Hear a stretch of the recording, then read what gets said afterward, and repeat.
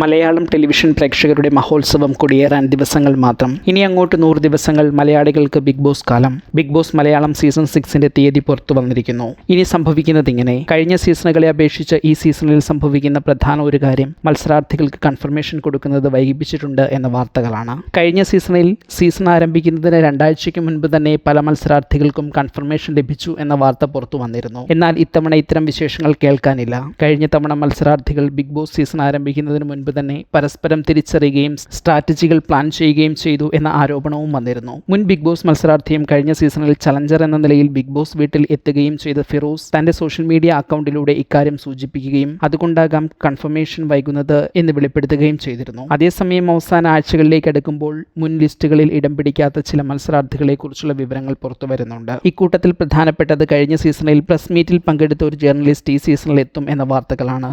അതേസമയം big boss ആരംഭിക്കുന്നതിന് മുന്നോടിയായി ചാനൽ പ്രോഗ്രാമുകൾ റീൽ ഷെഡ്യൂൾ ചെയ്ത് പുതിയ സമയക്രമം പുറത്തുവിടാറുണ്ട്. അതും ഇതുവരെ പുറത്തു വന്നിട്ടില്ല. ഏതെല്ലാം പ്രോഗ്രാമുകൾക്കാണ് സമയമാറ്റം ഉണ്ടാവുക എന്നതിൽ വ്യക്തതയില്ല.